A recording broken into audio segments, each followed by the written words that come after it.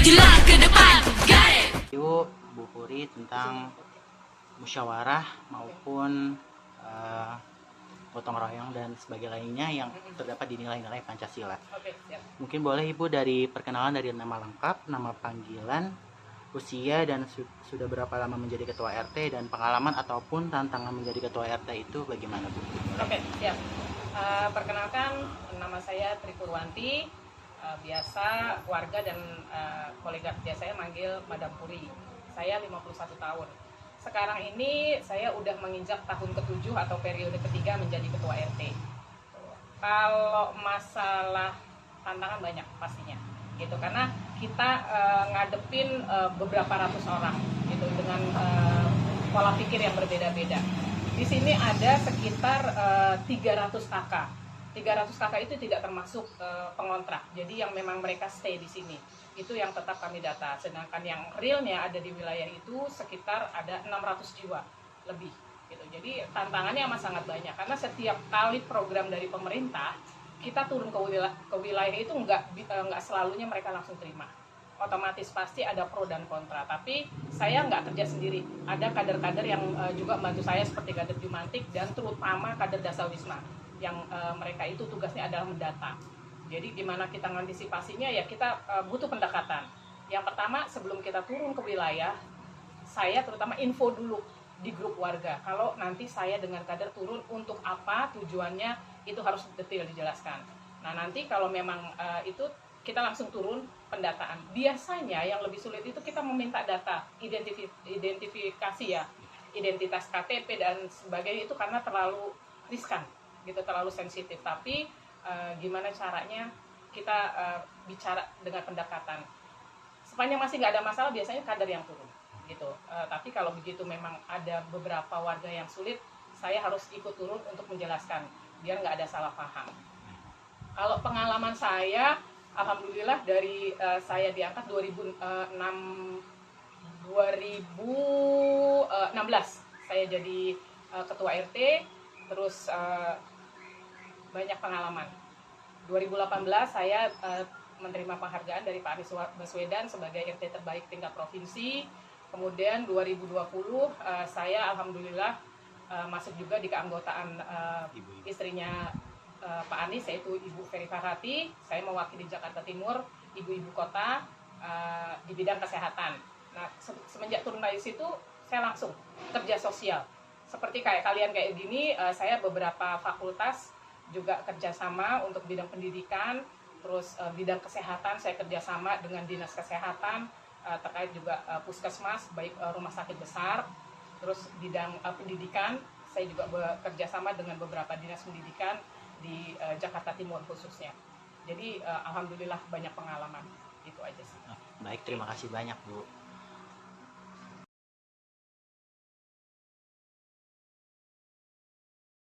Baik, untuk pertanyaan pertama kami ingin tahu bagaimana toleransi di lingkungan ini, seperti toleransi tentang agama dan toleransi apapun itu. Oke, alhamdulillah kalau masalah toleransi di sini bisa teratasi dengan baik dan warga juga sudah paham. Terutama masalah toleransi agama. Kita benar-benar respect dengan agama masing-masing. Jadi kita untuk acara kematian terutama kita nggak melihat basicnya agamanya apa, kita tetap saling bantu. Apapun yang bisa kita bantu, kita bantu. Apalagi masalah perbedaan tradisi, gitu, perbedaan yang lain itu kita bisa bicarakan dengan baik-baik. Jadi selama ini sih nggak ada masalah untuk toleransi.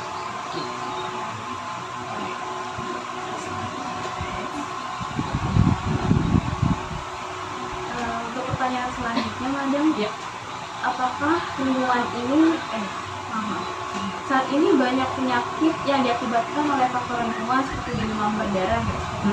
Selain pelaksanaan pembersihan rutin dengan gotong royong, apa kebijakan atau rutinitas lainnya di lingkungan tetangga ini agar kebersihannya selalu terjaga, dan bagaimana Ibu mengatasi dan mengajak warga untuk memberantas penyakit tersebut yang menjangkit di lingkungan rukun tangga ini? Oke. Yang umum ya, kalau yang umum biasanya emang DBD. Nah kalau untuk DBD itu kembali lagi tidak selalunya memang datang dari wilayah. terkadang yang seperti saya bilang tadi, ada beberapa warga yang ngontrak dan tidak stay di sini. Terkadang ada yang dari luar tiba-tiba masuk, mereka terjangkit, artinya mereka sebenarnya terjangkit dari luar. Tapi saya setiap kali pertemuan, seminggu sekali atau sebulan sekali, saya dengan kader itu pasti keliling. Kita ngecek tuh Kak, gitu, kondisi masing-masing, terutama penampungan air dan kebersihan di taman juga, pohon-pohon yang mudah banget namanya berkembangnya jentik gitu. Itu kita selalu periksa. Untuk pemeriksaan rutin bersama kader Jumantik setiap seminggu sekali. Dan untuk pengarahan biasanya saya masuk di grup warga, saya pasti yang kita sebut woro-woro. Kita kasih tahu gimana caranya, gimana antisipasinya. Jadi setiap ada gejala penyakit apapun, walaupun yang terbaru, kami langsung buru-buru jelaskan di grup warga, dan kemudian pasti kader saya dengan kader ke wilayah untuk ngasih tahu bagaimana cara menanganinya. Jadi biar ada kontak langsung dengan warga. Oke, Next, Madam saya izin bertanya, Oke. Bagaimana cara Madam untuk mengkoordinasi warga setempat agar lingkungan tetap aman dan nyaman, seperti apakah ada sistem ronda setiap malam, dan bagaimana cara Madam untuk berkoordinir mengajak para warga untuk gotong royong dan ronda malam? Dulu pernah kami ngadain ronda malam rutin gitu ya, khusus untuk bapak-bapak, tapi pasti aja ada kendala Kak, gitu. Karena kan saya tuh biasa kalau ronda kita mulai dari jam 12, itu saya pasti turun sampai jam 2 pagi, saya stay sama mereka. Tapi akhirnya terjadi kendala karena mereka harus kerja atau apa gitu, saling mengandalkan. Akhirnya saya putuskan, saya buat sendiri sistem jaga keamanan mandiri. Itu yang pertama. Jadi saya menyarankan warga untuk saling care each other.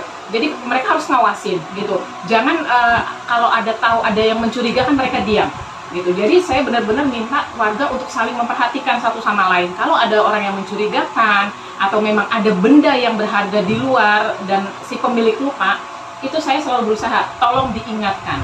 Jadi yang seperti itu saya juga selalu sosialisasi. Saya juga sering keliling, jadi mengingatkan warganya itu lebih langsung Kak. Kalau untuk mengkoordinir memang agak susah, karena untuk keamanan biasanya bapak-bapak, dan itu kendala. Jadi saya lebih optimalkan ke ibu-ibu yang mereka notabene lebih sering di rumah. Jadi saya selalu mengingatkan, biasanya kembali lagi di grup, karena itu yang lebih mudah dan semua warga dapat. Jadi untuk lebih saling mengingatkan, nggak akan pernah ada bosan-bosannya, karena memang keamanan, terus orang asing yang datang ke wilayah itu kan tidak bisa kita juga. Jadi lebih cara koordinasinya saya seperti itu Kak. Jadi masuk ke dalam grup atau datang langsung ke rumah warga. Sekalian kita keliling dengan Kak. Sama-sama Kak. Next. Kalau aku mau tanya ini, tadi kan kita juga udah jalan ke rumah Ajun juga, ke rumah Ibu juga. Yang aku lihat jalan ini tuh memang cukup, sebenarnya hanya cukup untuk satu mobil. Betul. Tapi kalau misalnya ada warga yang kebetulan tidak punya lahan parkir, Madam ada nggak koordinasi sama lingkungan di sini? Oh iya, ada, karena beberapa kali juga kan kita kerja dengan dinas yang untuk mengarahkan jalanan untuk lebih rapi, itu selalu kita dikontrol tuh Kak, gitu loh. Nah itu saya menyarankan sekali, kalau mereka memang tidak punya lahan parkir tapi mereka punya kendaraan, terutama mobil ya, di sini sebenarnya sih ada beberapa warga yang menyewakan lahan kosongnya mereka, dan saya selalu menyarankan untuk di sana jangan pernah parkir di jalanan gitu, kecuali yang di bawah itu karena memang di situ ada kegiatan rutin, dan itu pun selalu saya pantau hanya untuk satu mobil dan tidak boleh satu harian full gitu, hanya beberapa jam mobil itu stay di situ kemudian minggir gitu, karena kan memang setiap seminggu 3 kali itu juga ada truk sampah yang ngangkutin sampah warga. Itu kendala sekali kalau satu jalan kecil itu ada mobil parkir dan mobil sampah yang besar masuk. Jadi itu tetap saya awasi banget agar tidak ada, terutama kecelakaan ya gitu, karena dengan parkir mobil di jalan sempit itu beresiko kalau mobil lain masuk pasti ada resiko celakanya kan, yang satu celaka, yang kedua pasti ada luka di mobil itu. Nah itu jadi kendala lagi gitu. Itu sih Kak, jadi aku menyarankan untuk naruh mobil-mobil mereka di tempat parkiran umum. Oke, sama-sama. Next. Aku izin bertanya, kalau misalkan ada kegiatan dari RT maupun RW yang wajib banget dihadiri warga itu, Tapi itu banyak banget kesulitannya tuh waktu datangnya warga itu Iya. biasanya dominannya apa Bu? Dominannya biasanya waktu, selalu mereka waktu. Dan dua, warga itu malas untuk berkumpul. Itu sekarang yang sudah jadi umum banget gitu, nggak ibu-ibu, nggak bapak-bapak. Jadi saya biasanya mengantisipasi, saya manggil langsung yang orang biasanya aktif di lingkungan gitu.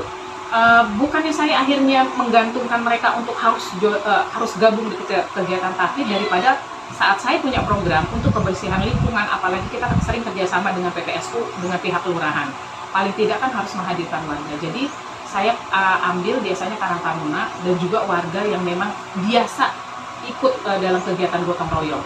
Jadi biar bisa juga mengatasi masalah.